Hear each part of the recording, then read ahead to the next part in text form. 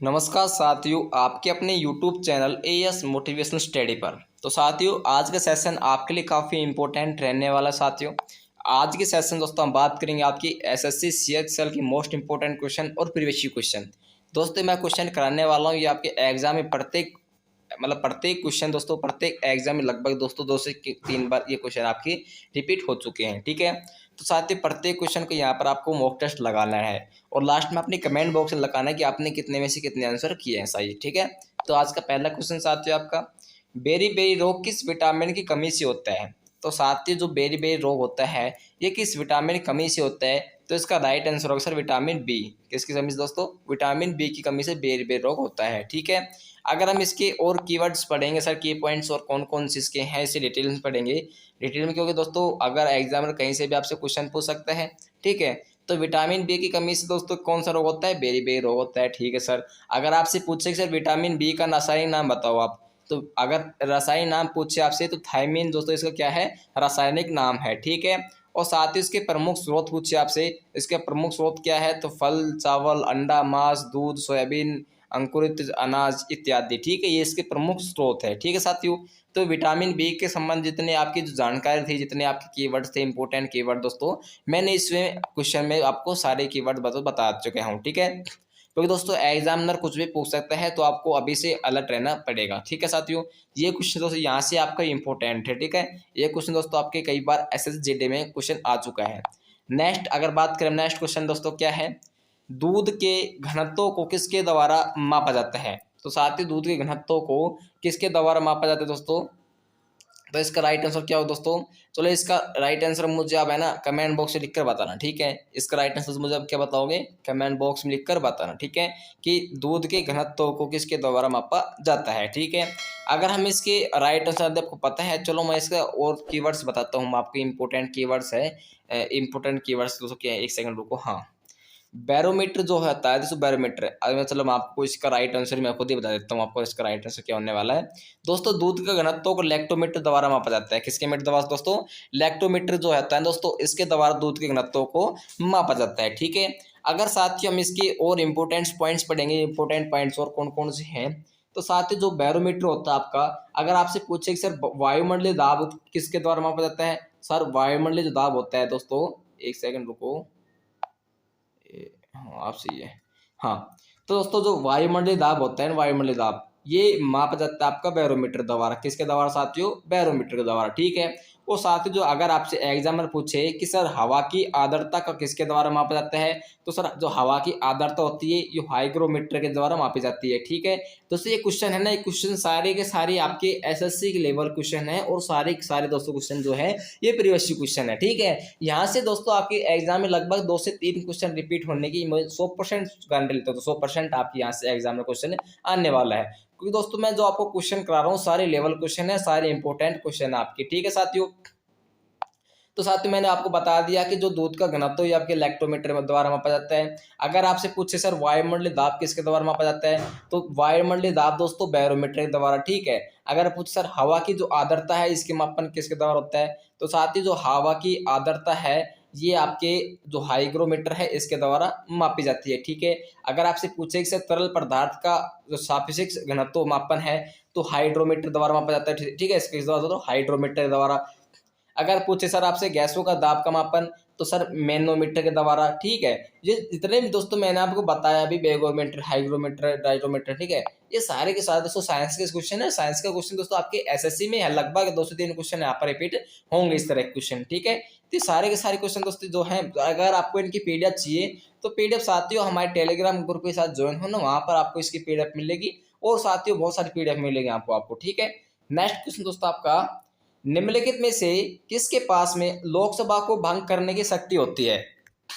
ये क्वेश्चन दोस्तों काफी फेमस क्वेश्चन है, और ये क्वेश्चन दोस्तों अभी हाल ही में आपके एसएससी एमटीएस में आया हुआ क्वेश्चन है। ठीक है, तो साथ ही जो लोकसभा की शक्ति को भंग करने की जो शक्ति होती है आपके राष्ट्रपति के पास में होती है। ठीक है, किसके पास साथियों? राष्ट्रपति के पास में। और साथियों अब मैं आपको इसके अन्य कीवर्ड्स, इंपोर्टेंट कीवर्ड्स के बारे में बताता हूँ कि इसमें कीवर्ड्स किस प्रकार से क्वेश्चन एग्जामिनर कुछ भी कहीं से क्वेश्चन पूछ सकता है।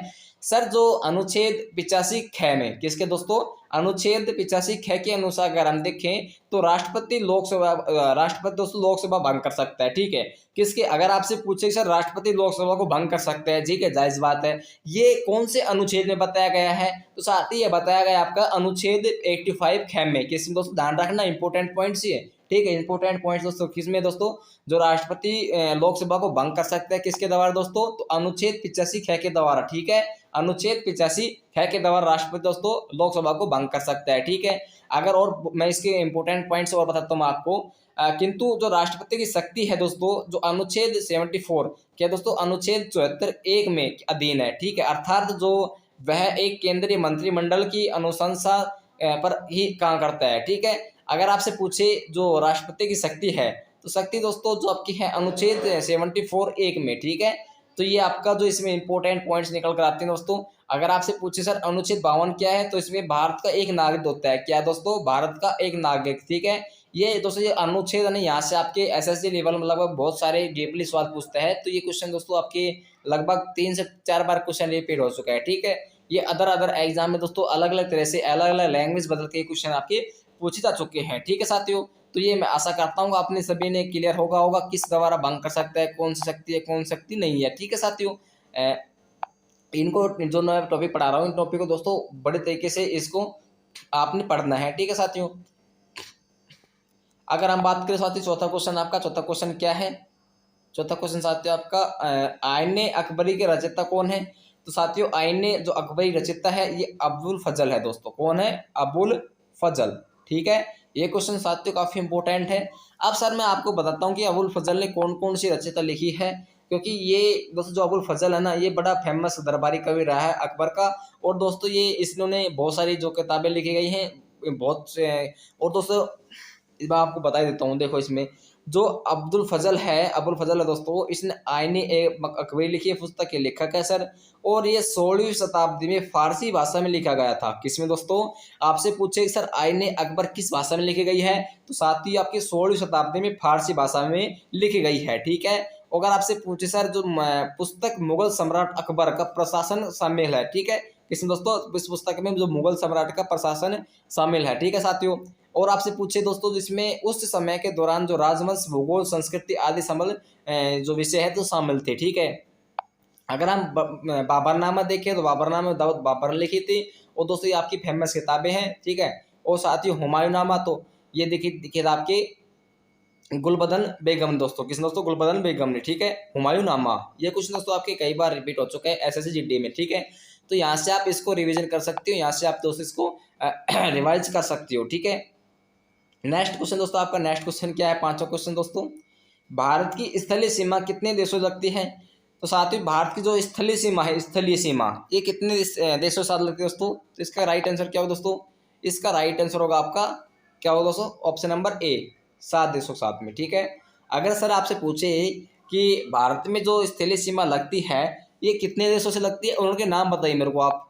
ठीक है, अगर आपसे ऑप्शन नाम दे दे, कोई 2 के दे, 3 के दे दे, तो अगर आप क्या करोगे? आपको पता नहीं है तो फिर आप क्या करोगे? चलो मैं आपको बताता हूँ आप क्या करोगे। तो सर आपने करना है कि भारत की स्थलीय सीमा 7 देशों से लगती है सर। ठीक है, कितने देशों दोस्तों? 7 देशों से लगती है। एक सेकंड रुकना। हाँ, तो सर वे 7 देश कौन कौन से हैं? तो 7 देश दोस्तों आपके पहले नंबर बांग्लादेश है, सेकंड पर पाकिस्तान है, थर्ड पर आपके चीन है, फिर नेपाल, म्यांमार, भूटान, अफगानिस्तान। ठीक है, ये वो आपके 7 देश हैं जो भारत की स्थलीय सीमा लगती है। तो हम नेक्स्ट क्वेश्चन चलते हैं आप साथ में। नेक्स्ट क्वेश्चन जो आपका है, नेक्स्ट क्वेश्चन दोस्तों मैं आपको इसी तरह से डिटेल में पढ़ाने वाला हूं दोस्तों। यदि तक आपने चैनल को सब्सक्राइब नहीं किया है तो जल्दी जाकर चैनल को सब्सक्राइब करना और बेल आइकन ऑन करना। ठीक है, क्योंकि दोस्तों जो अपने चैनल पर कंटिन्यू आपको एसएससी सीएसएल के मोस्ट इंपोर्टेंट क्वेश्चन और प्रीवियस क्वेश्चन मैं आपको करवाने वाला हूँ। ठीक है, अयोध्या जो नदी है किसके किनारे बसा है साथियों? किसके किनारे स्थित है? तो सर अयोध्या जो नदी आपकी है सरयू नदी के किनारे पर स्थित है। ठीक है, ऑप्शन नंबर बी इसका राइट आंसर है दोस्तों। ठीक है, अगर बात करें हम इस पे अन्य पॉइंट से बात करें, इसमें अन्य कीवर्ड्स में बात के साथियों, चलो मैं अयोध्या नगरी श्रीनगरी आप राम के पास में आपको ले चलता हूँ, श्री राम के पास में दोस्तों।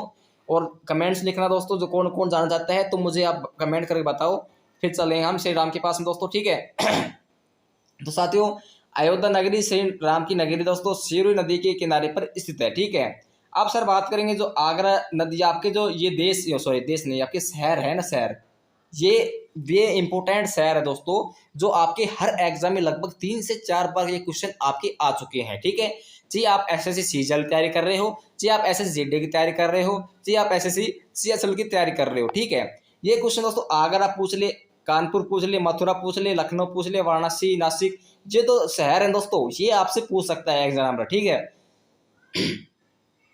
क्योंकि ये पूछ सकते हैं दोस्तों, ये काफी इंपॉर्टेंट क्वेश्चन। देखो आगरा कहाँ पर है? यमुना नदी पर। कानपुर गंगा नदी से किनारे बसा है। मथुरा यमुना पर। लखनऊ गोमती नदी पर। वाराणसी गंगा नदी पर। नासिक गोदावरी नदी पर। ठीक है, अगर आपको इसकी शॉर्ट ट्रिक चाहिए साथ, शॉर्ट ट्रिक, अगर सर आप शॉर्ट ट्रिक बताओ इनके शहरों की, तो मुझे आप टेलीग्राम ग्रुप के साथ जुड़े दोस्तों, वहां पर मैं पूरी शॉर्ट ट्रिक इसकी अवेलेबल करा रखी है। ठीक है, नेक्स्ट तो क्वेश्चन, सातवां क्वेश्चन आपका, भारत में सबसे पहली जनगणना कब हुई थी? तो साथियों 1872 में आपकी पहली जनगणना हुई थी भारत में। ठीक है, 1872 में सर, ऑप्शन नंबर सी इसका राइट आंसर होगा दोस्तों। नेक्स्ट क्वेश्चन दोस्तों आपका, अभी आपकी जनगणना मैं आपको पूरी जनगणना पढ़ा देता हूँ, ये लो। देखो इस प्रकार से पढ़ोगे ना तो स्वाद भी आएगा, थोड़ा मजा भी आएगा। नेक्स्ट क्वेश्चन दोस्तों आपका ये है कि भारत में पहली जनगणना 1872 में हुई थी, और ये किसके शासन में हुई दोस्तों? ये हुई थी आपकी लॉर्ड मेयो के शासन में। ठीक है, और साथियों भारत में पहली आधिकारिक जनगणना आपके 1881 में लॉर्ड रिपन के शासन अधीन हुई थी। ठीक है, और दोस्तों इसके समकालीन जनगणना कहा गया है। ठीक है, नेक्स्ट दोस्तों और क्या है आपका, 2011 में जनगणना आपकी आज़ादी के बाद में 15वीं और 7वीं जनगणना है। ठीक है, 2011 के बाद दोस्तों आज़ादी के बाद में 15वीं और 7वीं जनगणना है ये। ठीक है, और दोस्तों में 2011 की जनगणना का नारा हमारी जनगणना दोस्तों हमारा भविष्य, ये क्वेश्चन दोस्तों आपकी एसएससी एमटीएस में काफी इंपॉर्टेंट है, काफी बार पूछा जा चुका है। ठीक है, आपसे उद्देश्य पूछ सकता है। नेक्स्ट दोस्तों कि भारत में विश्व में परिवार नियोजन को अपनाने वाला पहला देश कौन था? तो विश्व में दोस्तों परिवार नियोजन को अपनाने वाला पहला देश था। ठीक है, तो साथियों आज सेशन कैसा लगा हो, लाइक करना और चैनल को सब्सक्राइब करना।